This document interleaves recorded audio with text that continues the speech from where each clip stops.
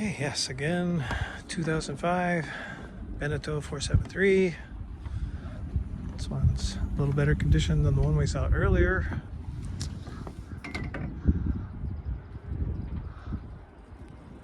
Still condition look better. Wind generator, not sure if it works. I don't see it spinning, even though I would think there's enough wind for it to spin, but maybe they have a brake on.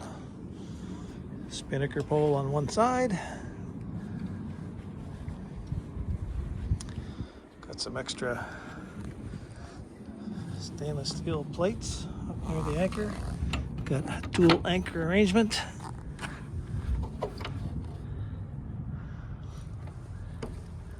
Fair bit of chain with some road. It's hard to tell whether the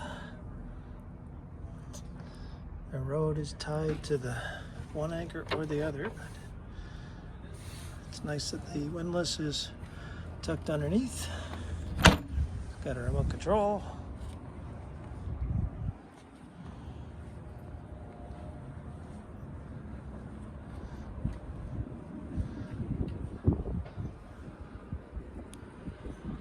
So we've got radar. Lots of covers for the Lexan windows so they can be preserved.